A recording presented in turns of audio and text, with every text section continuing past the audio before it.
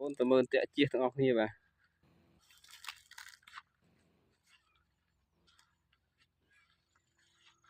នោះជាប់ជាសម្លាញ់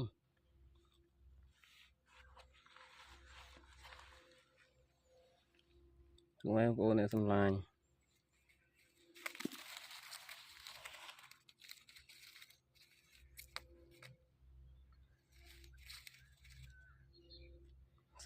ប៉ុណ្ណាណី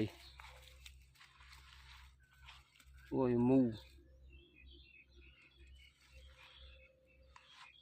នៅរុនបងប្អូនរុន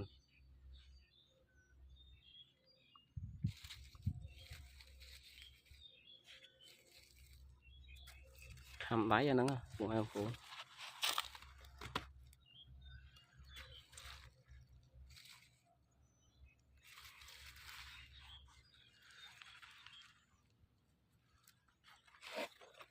សម្លាញ់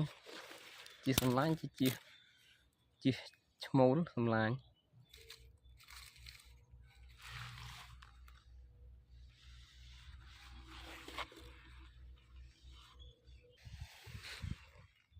ជាសម្លាញ់នេះគឺជាឈ្មោល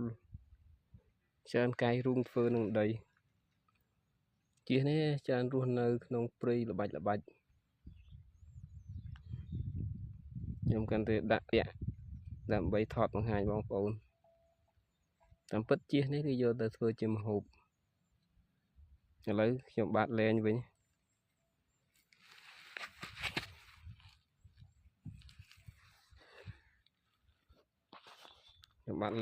េះ